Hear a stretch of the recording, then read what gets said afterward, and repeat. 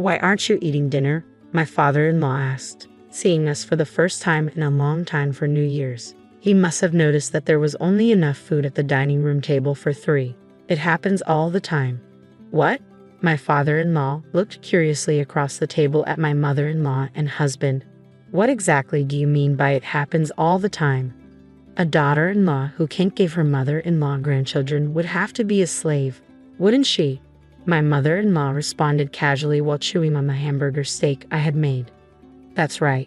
Ruby is our slave. She stays in the kitchen to take care of us while we eat," my husband chimed in, echoing his mother's sentiment. As expected, he continued, "He took me to his mother's every weekend to help her with housework, even though you couldn't give her grandchildren. I'm letting you stay here. You should appreciate her and do the best you can for my mom." I didn't want to go to my in-laws' house, but I had made a commitment. Even if I refused to go, my husband would verbally force me. He knows I have a short temper and difficulty finding my words. "Mom, I brought a slave. He even greeted me that way recently." "What are you talking about?" My father-in-law seemed offended by the way my mother-in-law and husband referred to me as a slave. "That's not how a normal family with children behaves. Ruby, it's not your fault. You should stop bullying her." "What do you mean? You're the one that lives so far away, so stay out of the problem," my husband snapped back. "That's right, Dad. Don't tell me what to do. You didn't have to watch Mom lose the possibility of having grandchildren," my mother-in-law added, with a tone that sounded like they were mocking my father-in-law. I tossed the coffee beans in the grinder while listening to their conversation. My mother-in-law and husband always ordered me to bring them coffee as soon as they finished eating. I was so busy with shopping for my mother-in-law that I only had time to eat a piece of sweetbread earlier. "Come on, I'm hungry too. I'm not sure what I'm doing," I muttered to myself as if escaping from the grinder's blade. A single coffee bean fell to the floor. "My name is Ruby, and I'm a 37-year-old housewife. During the weekday lunch hours, I work part-time in the kitchen of a family restaurant. My husband and I rent an apartment. I used to work at the same local bank as my husband, but I left 3 years ago to focus on fertility treatment. We were unable to have children, so we sought medical attention and were told that the problem was on my side. After a year of treatment, I was told that it is impossible for me to get pregnant. My mother-in-law and husband changed shortly after that.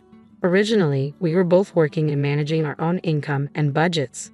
When I decided to leave my job, my husband took on the responsibility of covering our living expenses. He managed our savings, paid the bills for rent and insurance, and started giving me a monthly allowance. At first, we were able to live comfortably on $1,000 a month.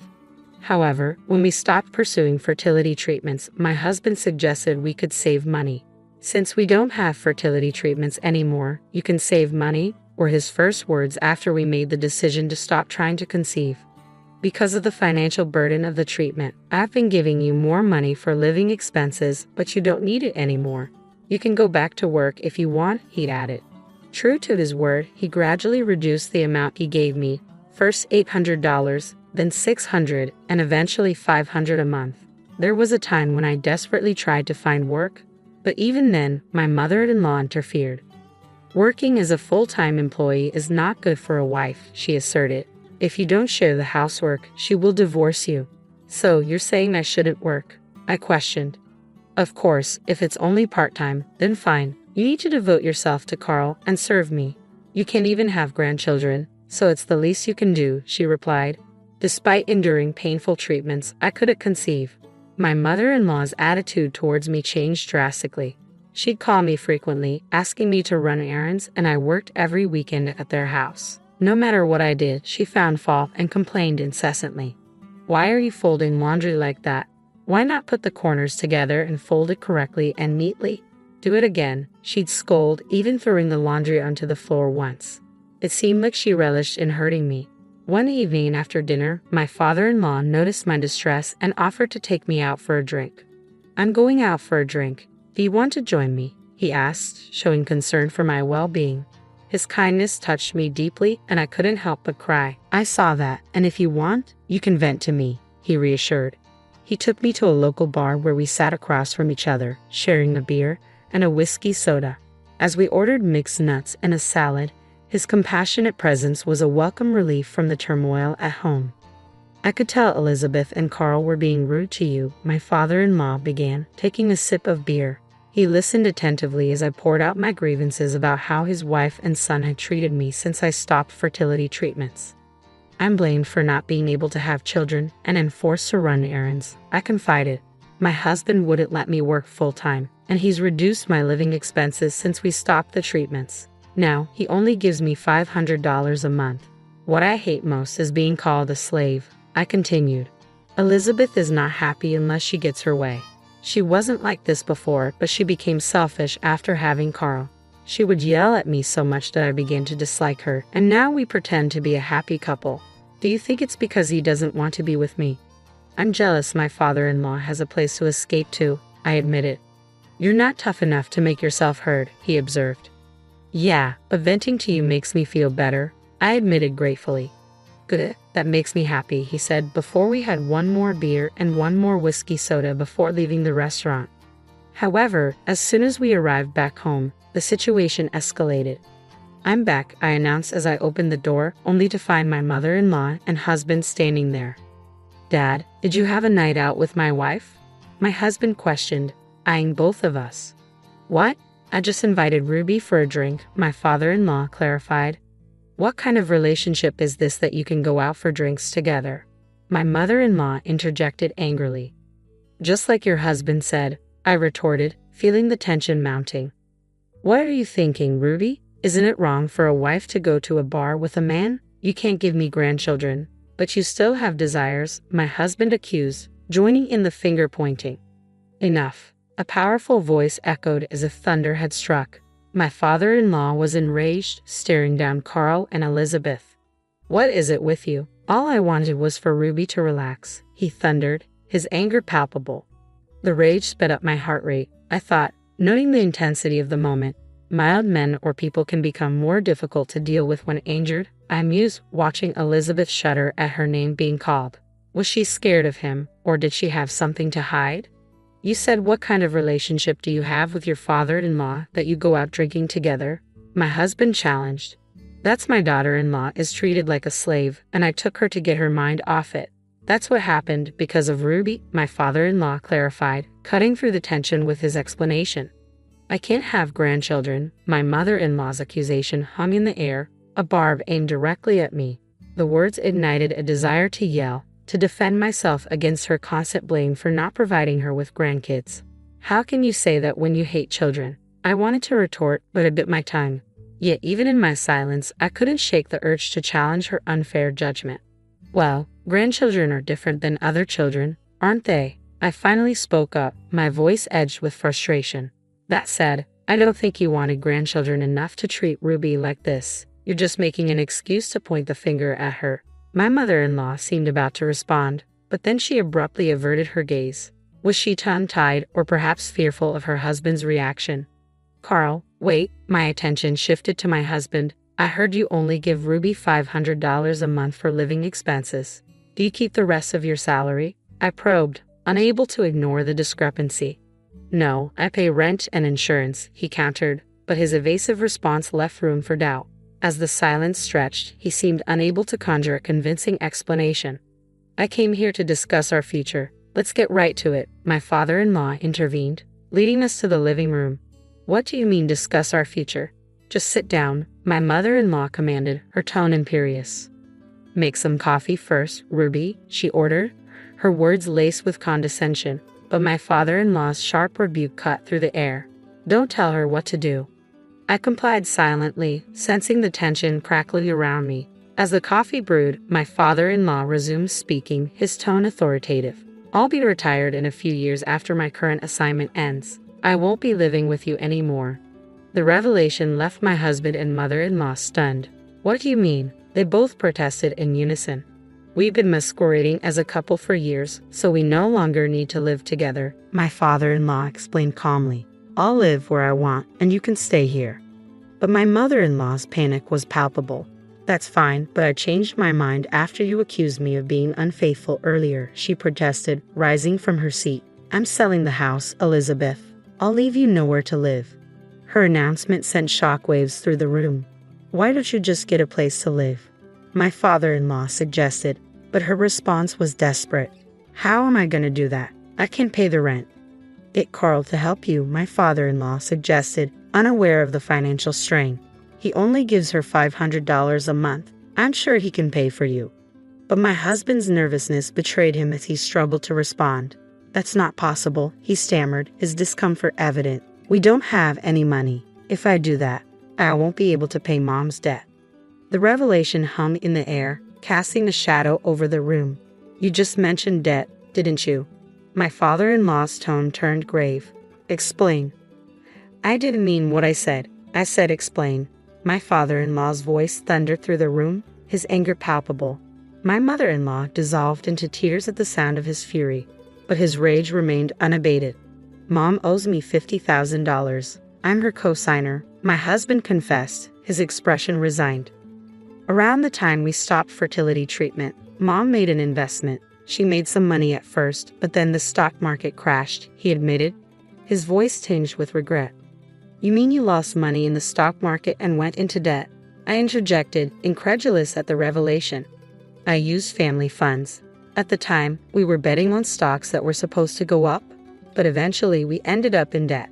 Now, I'm paying it with my salary and Mom's repaying it by working part-time at a supermarket, my husband explained, his tone heavy with the weight of their financial burden.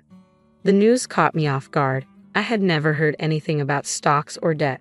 My mother-in-law had lost a significant amount of money in the stock market and had borrowed to compensate for it when I stopped fertility treatment. She must have tried to repay the debt by investing in stocks that were expected to rise.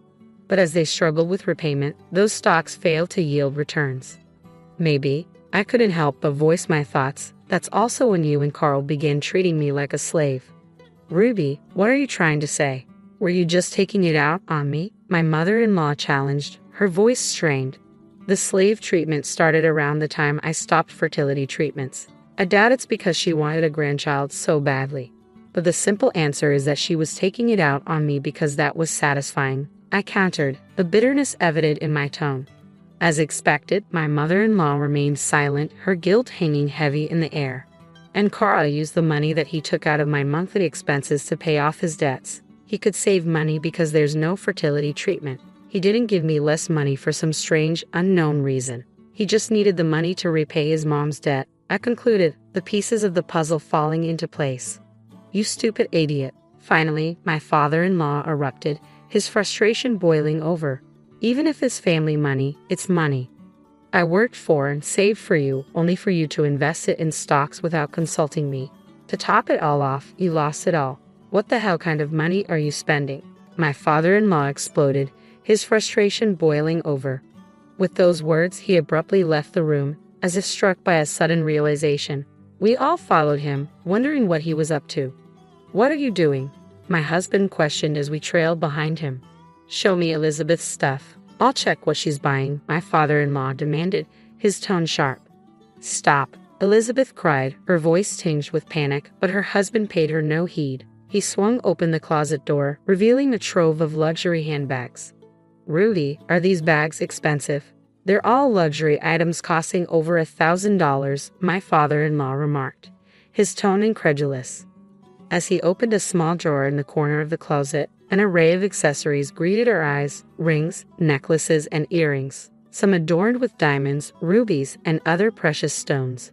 Picking up a ring, I noticed the engraving indicating it was made of 18-karat gold. Elizabeth, you bought all these expensive things without telling me? My father-in-law's disappointment was palpable.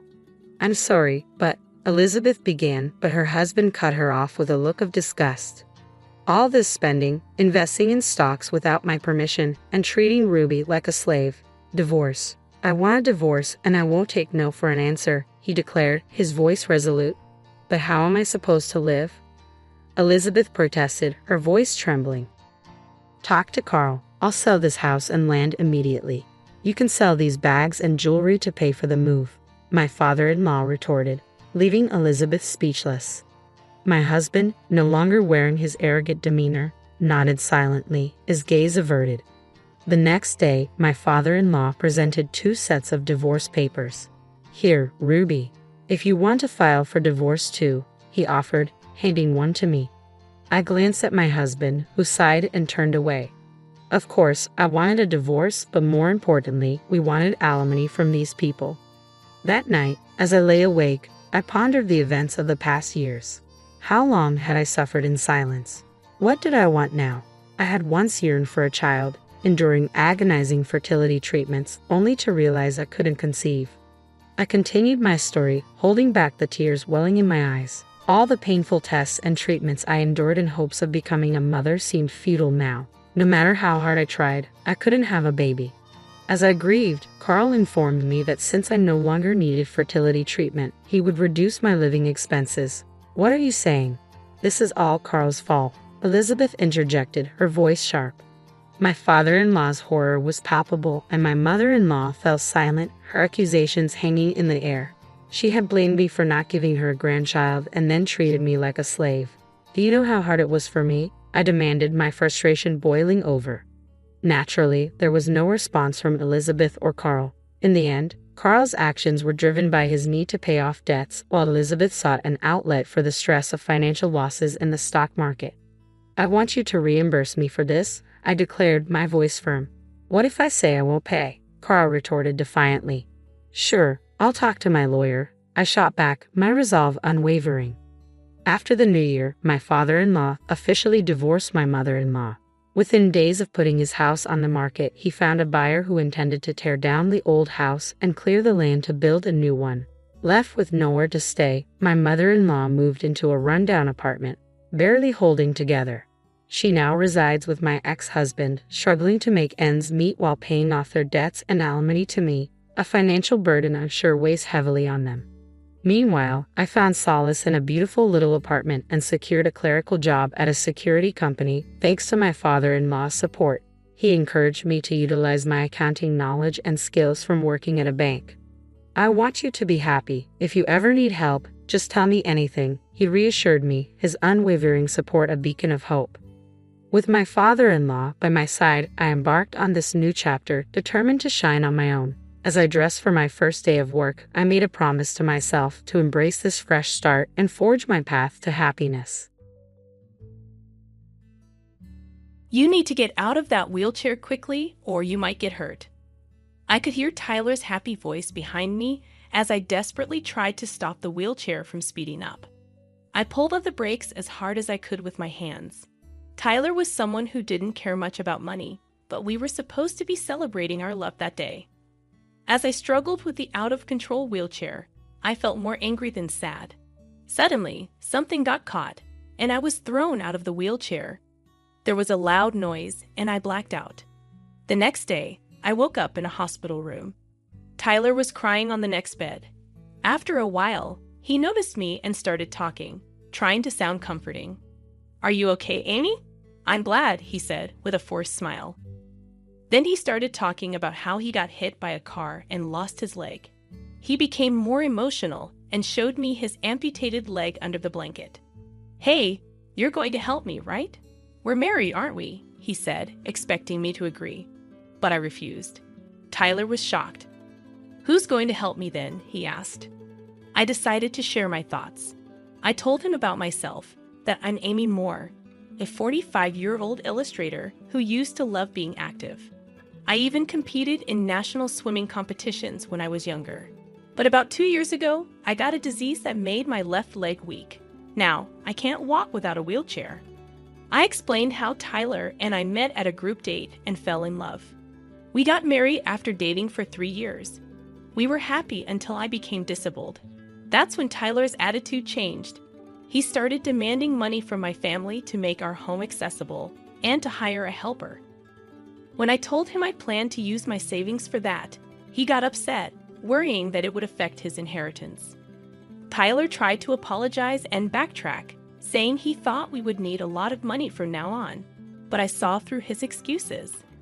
I didn't trust Tyler's excuses. He seemed obsessed with keeping our money intact. Despite my doubts, I tried to convince myself that it was just his usual stinginess. Tyler kept bringing up inheritance and insurance. His excuses turned into suggestions like upgrading our insurance policy. I couldn't understand why he was so fixated on money. In the end, despite Tyler's protests, I decided to use my savings and bonus to make our home wheelchair accessible. I also hired a housekeeping service 3 times a week to help with chores. The woman in charge was kind, and I enjoyed chatting with her during breaks. But Tyler seemed to dislike her. He nitpicked everything she did, from folding laundry to washing dishes.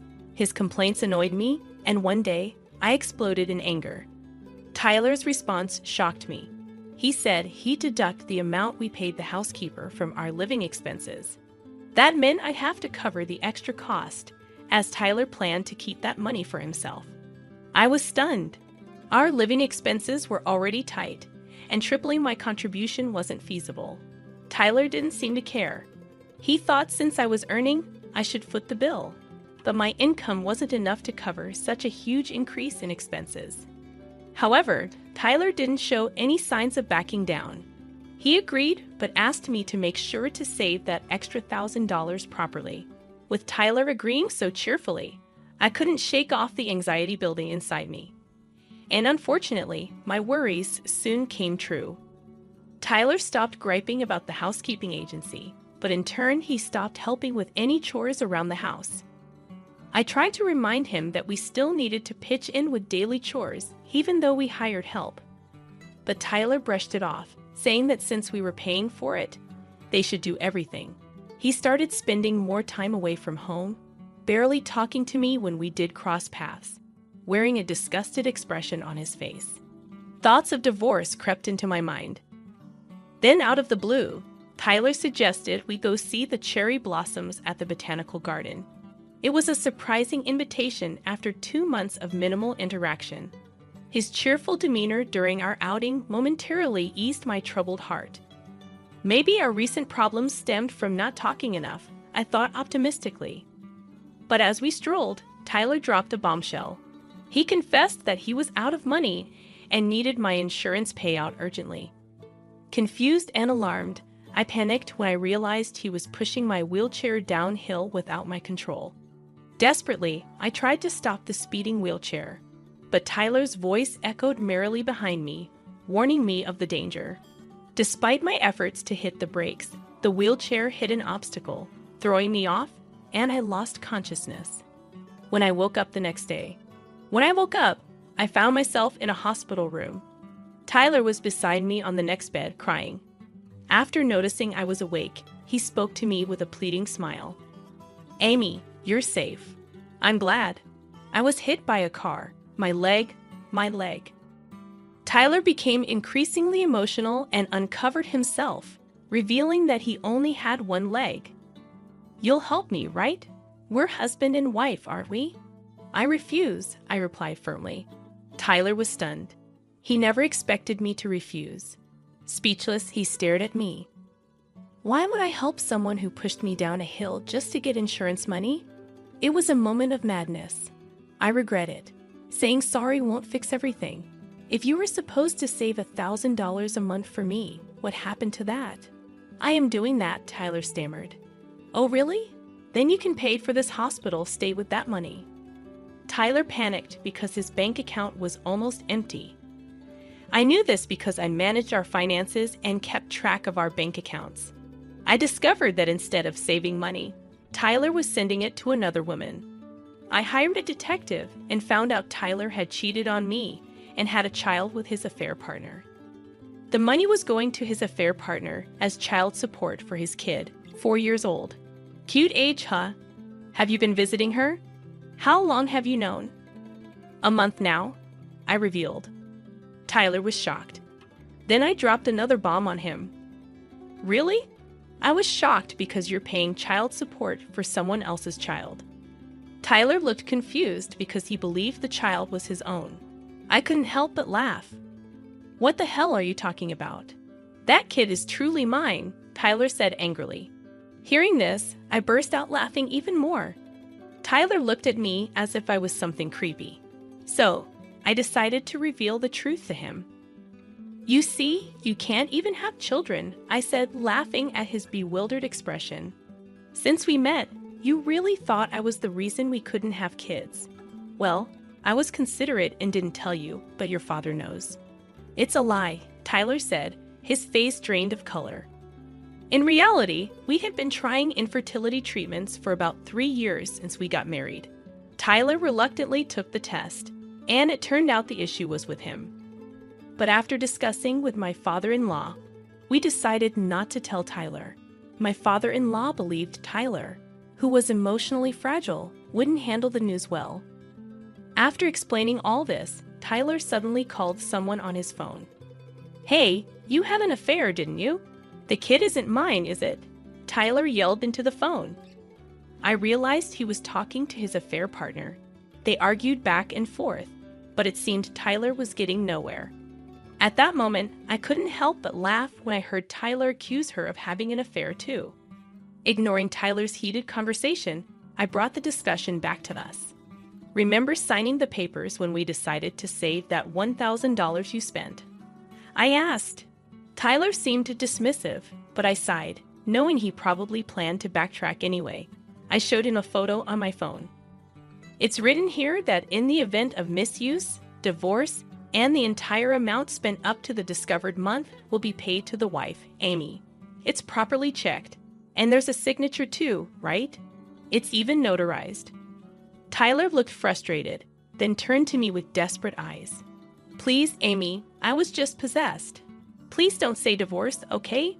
Besides, I can't pay such a large amount. Divorce is settled. I can't do it anymore. But don't worry, you can pay the spent amount in installments." Seeing him like that, with a face like he was the victim, I couldn't help but feel a mix of emotions. I sighed and called out to the figure hiding at the entrance of the hospital room. "Please come in, Dad." As his father-in-law entered, Tyler shouted, but his father-in-law's face was red with anger. "This is the end of our relationship." "What are you talking about?" Tyler asked, confused. His father-in-law came over to me, apologizing. "I'm truly sorry. I won't ask for forgiveness, and it's fine if you don't. Please file a complaint. I'm just glad Amy is safe. Thank you." I could see tears streaming down his face, and I glared at Tyler, knowing he was the reason for making my beloved father-in-law feel this way. "Don't you feel anything seeing this? It's your fault. Always spending money, earning more than me, and your rich family is stingy. I don't know why I married you." "So you were after the money too?" I said, feeling like all our beautiful memories had been tainted. My voice was the lowest it had ever been. Tyler looked surprised, and I forced a smile. "Marrying for money and then having to pay it back in the end. Huh, shut up. I'm not paying." "Too bad. Payment is a done deal," my father-in-law said sternly to Tyler, who went pale and started shaking. Just then, a middle-aged doctor in a white coat entered, interrupting the tense atmosphere. He handed me a document.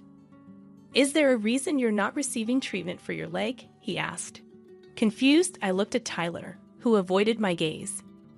"If you have surgery on your leg, you'll be able to move again. Didn't you hear that when you were diagnosed before?" The doctor continued. "I didn't hear," I said, looking at Tyler, who remained silent. Realizing something was wrong, I turned to the doctor. "Could you please tell me the diagnosis directly? I didn't hear it at the time." The doctor explained that my illness was temporary paralysis caused by a herniated disc, and with rehabilitation, I would be able to walk again. Tears welled up in my eyes. I had trusted Tyler's lies about my condition, but now I knew the truth. There's not a shred of affection left. "Tyler, what's going on? Say something!" My father-in-law yelled, but Tyler just cried, overwhelmed by everything. And in that moment, I realized that if I were free from Tyler, I could truly roam the world again. I'm always left behind. If she's in a wheelchair, she will always stay home and won't have more fun than me, right? So what? Your selfish jealousy has forced me to live in a wheelchair for 2 years, knowing I could have surgery to eliminate the pain and paralysis, and you kept silent. That's the worst. At my words, Tyler hangs his head in exhaustion. I look at him with cold eyes, and both the doctor and my father-in-law seem angry at Tyler for selfishly denying me my chance for treatment. "So, Amy, may I explain the surgery to you tomorrow?" the doctor asks. Yes, please do, I say, instantly brightening up. The doctor smiles back warmly, giving me hope for a bright future ahead. I will instruct the nurse to separate the rooms, the doctor says. No, I don't want to be separated from Amy, Tyler loudly refuses, but the doctor ignores him and leaves the room. Amy, you're not really gonna divorce me, right? I'm an amputee, remember? I know I was wrong to keep quiet, but think about our current situation, Tyler pleads.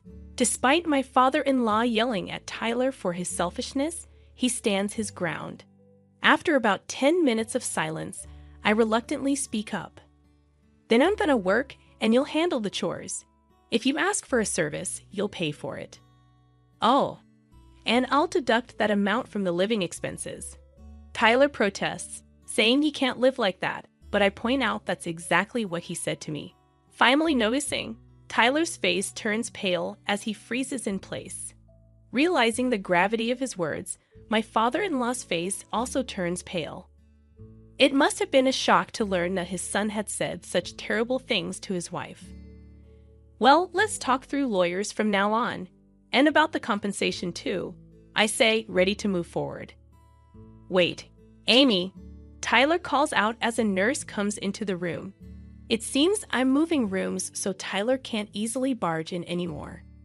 Tyler resists to the end, screaming as I leave the room, his cries fading as the door closes behind me. After being pushed out of the room by the nurse, I met my father-in-law's eyes, and we exchanged nods. That was the last time I saw Tyler. A few months later, I received divorce papers from him through a lawyer, and the divorce was successfully finalized. I heard that Tyler was quite disheartened and is now living under the strict supervision of my father-in-law. Although he managed to keep his clerical job, it seems that news of the divorce leaked, and his colleagues, who were initially concerned about his injury, now look at him coldly. Tyler brought this upon himself, but I heard him lamenting about being harassed by his colleagues. I couldn't help but bitterly smile, realizing he hasn't changed a bit. Despite the divorce, I still meet my father-in-law occasionally. Initially, he seemed apologetic, but recently he's getting back to his usual self.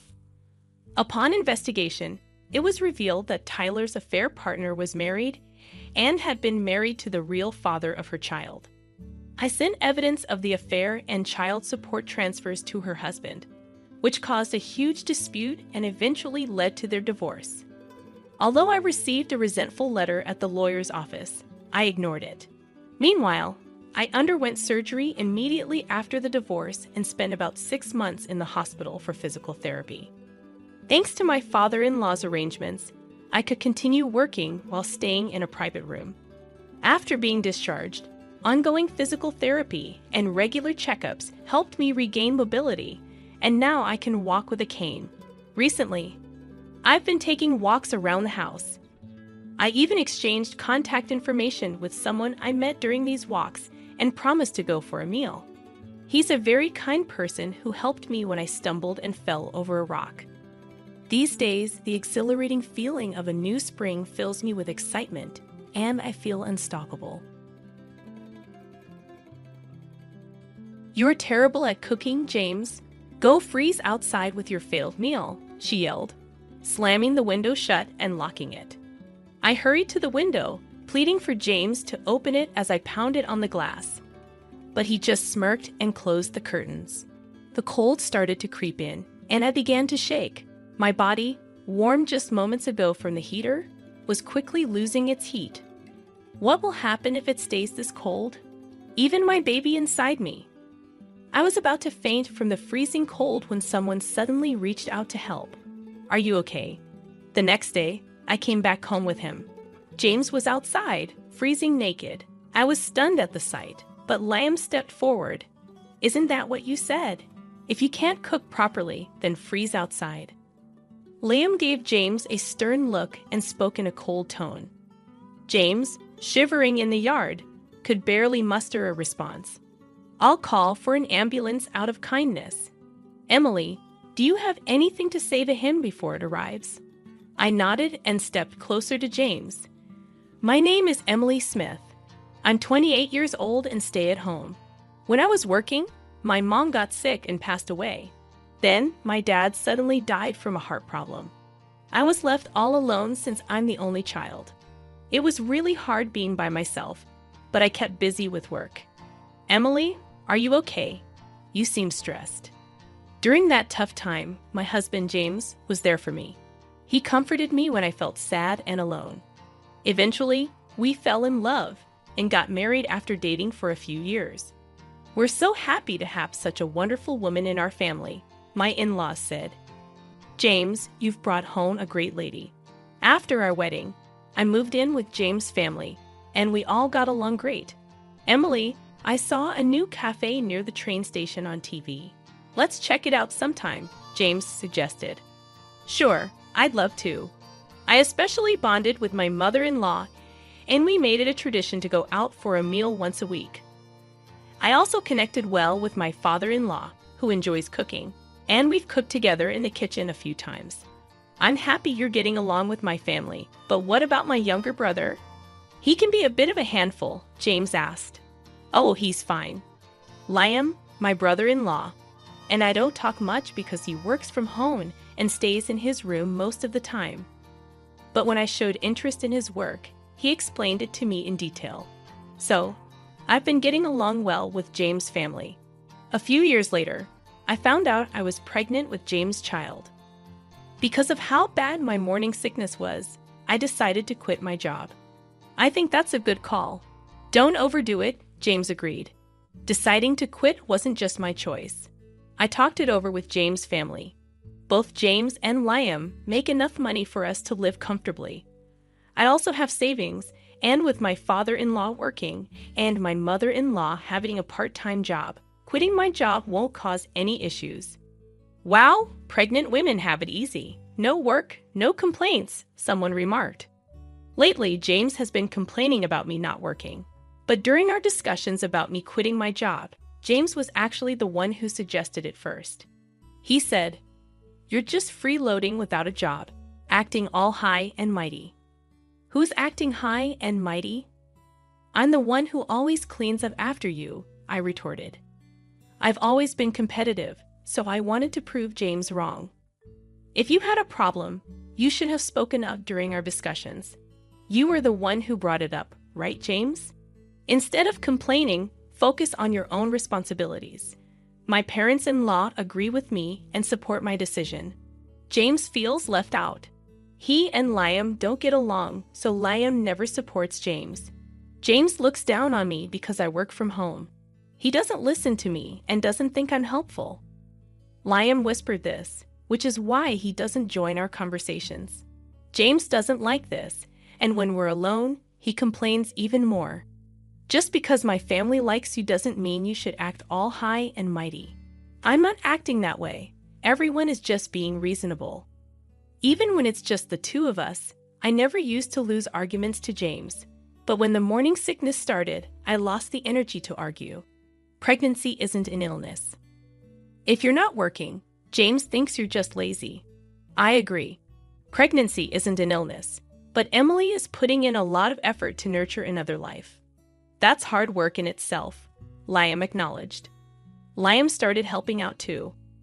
Whenever James complained to me, Liam would step in and tell his parents. While James got scolded by them, Liam took care of me. At this rate, it's hard to tell who the real father is, I joked, rubbing my belly. With my in-laws keeping an eye on things, I hoped James would eventually change. Until then, I kept trusting him. Oh, James isn't back yet? No, not yet. Suddenly, James started coming home late all the time. He claimed it was because of overtime, but I wasn't sure if that was true. Even on his days off, he'd say he was working late or got called in unexpectedly and wouldn't come home at all. I began to suspect James was cheating, and so did his parents. We tried to gather evidence together, but it was tough to catch him in the act. He always seemed to be at the office, and we couldn't find any evidence of him seeing another woman. Well, we can't really know what's going on inside the company, his parents said. I asked one of his coworkers, but she said everything seemed normal. Hey, Emily, take it easy, she told me. My morning sickness got so bad that I couldn't do any housework. But my father-in-law cooked, my mother-in-law helped with other chores, and Liam pitched in, so everything was okay. You should be ashamed of yourself. Lying around all day, not doing any housework, even though you're a homemaker? Why are you even here?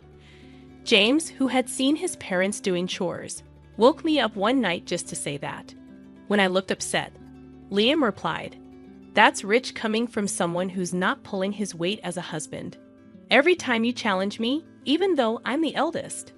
Well, you're not exactly the role model type of brother. You've always been a bit of a know-it-all," Liam retorted. The argument between the brothers escalated, almost turning physical, before their parents stepped in to stop them. After hearing what happened, their parents scolded James, saying, "That's enough. Do whatever you want." "Wait, James, where are you going without talking to me?" James left without a word. "I'm really sorry about that. We apologize," their parents said to me in place of James, and the situation calmed down. However, James's behavior has been worsening, and something needs to be done soon. I was at a loss for what to do. Is everything okay? One Saturday, my in-laws had planned a trip for a local event. Despite arranging it beforehand, they were worried about leaving me alone due to James's recent behavior. "I'm concerned about leaving you," my mother-in-law said. "I'll be fine. My morning sickness has eased up a lot," I assured them. They left with concern, and around the same time, Liam had overnight commitments. "I'm sorry for leaving at this time," Liam said. "It's okay. Take care," I replied. Not long after they left, Liam also departed. James was unusually at home that day, still asleep. Despite not feeling my best, I decided to get up and do things around the house. I didn't want to risk James's criticism if I stayed idle. Thankfully, my father-in-law had prepared plenty of dishes and stored them in the fridge. I started cleaning and doing laundry, taking it easy on myself. "Hey, breakfast!"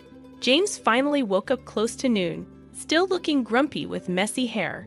He demanded breakfast, and I rolled my eyes, grabbing some leftovers from the fridge. "What's that? Leftovers your dad made you? You can't even cook as a homemaker," James remarked. His comment annoyed me. Why does he say things like this? Doesn't he realize I'm pregnant with his child? There's no excuse for his behavior. Sorry, but right now, my main job is taking care of our baby. Household chores can wait. How dare you talk to your husband like that? James shouted at me, but then Liam barged in, breaking the tension. I could hear them arguing loudly outside. "You stay out of this." James snapped at Liam before storming off to his room, muttering angrily. As expected, James made a racket and then left the house. Liam let out a heavy sigh. "You okay?" Liam asked as he entered the room. "Yeah, what brings you here?" I replied. "I just came to pick up something I forgot," Liam explained, looking at me with concern. I chuckled, noticing how much he resembled his mother. "It's all right, go ahead. Don't worry about me," I assured him. "Okay then, I'll head out," Liam said, hesitating for a moment before leaving. I couldn't help but wonder, where did the James I first met go? At this rate, it seemed like divorce was inevitable. But I still wanted to remain close to my in-laws. Feeling suddenly drained, I decided to lie down. And before I knew it, I fell into a deep sleep. "Emily, time to wake up." James's voice interrupted my sleep. I mumbled as I sat up. I met James's eyes, expecting him to scold me. However, he gave me a wry smile. I'm sure I'll get an earful from James later, I thought. "I wanted to let you sleep, but it's already evening," James said in a surprisingly gentle tone. I was shocked by his kindness. "I've prepared dinner, so when you're ready, come join me," he added before leaving the room. I noticed a blanket over me and couldn't help but wonder if James had covered me. I went to the kitchen and found my father-in-law's dishes already warmed up, ready to eat. "I'm sorry, Emily," James said sincerely. "When I found out we were having a baby, I was thrilled, but then I got overwhelmed and took it out on you. This cake is my way of apologizing." James presented a cake to me. Honestly, this gesture couldn't erase all the past hurts, but his genuine apology warmed my heart. For now, I decided to forgive him and enjoy our meal together. "Look, it's snowing," James exclaimed excitedly. "Oh, you're right. Let's go see," I replied, following him to the window. The sight of the snow falling against the night sky was beautiful. Since I came from a place where it rarely snowed, this was a special moment for me. Without hesitation, I moved closer to the window. "Let's open it," James suggested. "But it'll be cold," I protested. "Just put on a jacket," he insisted as he draped one over me and opened the window, letting in the chilly wind. As I braced myself against the cold, James hugged me. Suddenly, I found myself outside, and when I turned around, I saw James grinning mischievously. "You're a homemaker who doesn't do the housework. That makes you a bad wife. Think about that tonight," he teased. "Excuse me? What are you saying? You can't even cook," I retorted. With that, James shut and locked the window. I rushed to the window, pleading with James to open it as I pounded on the glass, but he just grinned and closed the curtains. The cold was starting to make me shiver. My body, warm from the heater just moments ago, was rapidly losing its warmth. What am I going to do if this continues? Even my baby inside me, just as I felt like I might pass out from the cold and shock, someone reached out to me and asked if I was okay. They helped me into their car. "Why were you out here at this time of night?" It was Liam, who had come home earlier than planned because he was worried about James. The car's heater warmed me up, and I felt relieved. "We should go to the hospital, just to be safe," Liam suggested as he drove me there. Thanks to his quick action, both my baby and I were okay. While I was being examined, Liam arranged for a hotel where we could stay. He left to take care of something else. "I'm so relieved. You're going to be a strong baby, right?" Feeling reassured, I rubbed my belly. I was grateful that nothing serious had happened. Exhausted, I fell asleep as soon as I lay down on the bed. "Oh, Emily, are you feeling better now?" Liam asked as we left the hospital. "Yes, I'm completely fine now. Thank you so much," I replied gratefully. "No problem. Shall we head home?" Liam suggested. The next day, as we arrived home, I was shocked to see James freezing naked in the yard. Liam approached him with a cold gaze and tone. "This is what you said, right? If you can't cook properly, then freeze outside." James, shivering, couldn't even respond properly. "I'll call an ambulance out of kindness." "Emily, do you want to say anything to him before it arrives?" Liam asked me. Nodding, I stepped closer to James. "It's because of you that our baby was almost in danger. I will never forgive you. Just wait," I told him firmly. James was taken to the hospital. Later, I asked Liam what happened last night after he dropped me off at the hotel. Liam returned home alone and found James sleeping in the living room, naked with another woman who seemed to be his mistress. James had brought her home, thinking we wouldn't be there, and with me locked out, he seemed confident. Liam, furious, threw James out of the house in his birthday suit, telling him to think about his actions. Then Liam interrogated the shocked mistress, gathered evidence, and sent her back to her place. It turned out she had a family too. By the time Liam informed them of everything, dawn was approaching. He took a short nap in the car and then came to pick me up. That's how everything unfolded. "I've talked to my parents. They said they're coming home today," Liam told me with a gentle smile, staying by my side until they returned. "It's going to be okay now, Liam." "Thank you so much," I said gratefully. "Nah, I just did what needed to be done. Thanks to him, I could feel safe at home," Liam replied. "I'm so sorry, that idiot. I can't apologize enough." James immediately apologized upon their return and faced their wrath. James was forced to pay child support, and it was decided that he would be kicked out. "I'm so sorry. It was just a mistake, Emily. I truly love only you," James pleaded, but I ignored him. I wish he'd stop treating me like a fool, I thought to myself. Suddenly, James became aggressive, raising his hand at me. "Enough is enough, my Dan's son." Liam intervened, grabbing and twisting James's arm. With the help of my father-in-law, James was easily overpowered, and I felt relieved. I really just lost my mind for a moment. Emily, James said remorsefully as he was thrown out by the two men, while I was comforted by my mother-in-law. He was pathetic until the very end, I thought to myself. As for James, that's all I ever thought. By the way, Liam's pretty strong, isn't he? Considering what just happened and how he tossed a full-grown man outside, Emily remarked. Oh yeah, he used to do combat sports back in the day. I wouldn't recommend trying that move on just anyone though, Liam said with a smile. Emily felt a flutter in her heart at his smile, and her mother-in-law laughed upon noticing. With such good looks and strength, it's surprising he doesn't have a girlfriend, her mother-in-law teased. Liam bashfully looked away, which Emily found endearing. From then on, Emily decided to stay and be cared for in her in-laws' home since she had no other family or reliable person to turn to. If you'd allow, I'd love to hold your baby, her mother-in-law said. Of course, anytime, Emily replied. Right now, the four of us are eagerly awaiting the birth of my precious baby, Emily thought to herself. Talking to Liam, Emily found out that James the Fair was with a junior from his office. No wonder she wouldn't spill the beans when asked, Emily thought. The two of them were sneaking around and getting cozy at various spots. Once I reported it to the junior's husband, he did a thorough investigation. With that evidence, my divorce process went smoothly. Both of them got fired for fooling around during work hours and for claiming their dates as business expenses, Emily recounted. Thank you for all the help, Emily said to Liam. Well, it's only natural to want to help someone you love, right? Liam replied, his face turning beet red. Wait, what? Emily was surprised, and both of them blushed.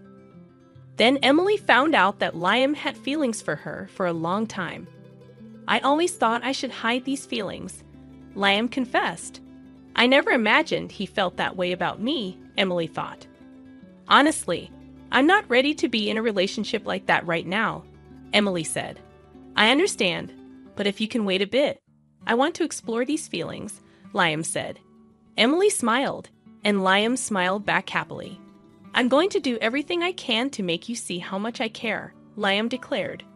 Okay, I'll be ready for that, Emily replied. Liam's parents overheard their conversation during dinner, which was really delicious.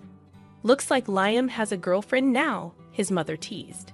Liam blushed and responded playfully. Both his father and I laughed at that, Emily remembered. Afterwards, I gave birth to our lovely daughter right on time, Emily proudly shared. She's so cute. Congratulations. She looks just like Emily, adorable. Liam's parents said. I don't want to let her go, Liam said happily, embracing his role as a father. Years later, I happily married Liam again, and our daughter calls him Daddy. Liam adores her. Emily remembered fondly. I think our next child will be a boy, Liam guessed. Yeah, that would be cool if he's like me. But having a boy who looks like you would be awesome too, Liam added. I'm pregnant with our second child now. Our daughter is thrilled about becoming a big sister, Emily said happily. We're all thinking of names together. It seems like our daughter's suggestion might win, Emily laughed. I'm going to make Emily our daughter and the new baby happy, Liam promised. Don't forget about yourself in that promise, Emily said with a smile. We're planning to live happily ever after, all 6 of us together, having fun and getting along. That's our plan, Emily concluded. We can't wait to go out together as a family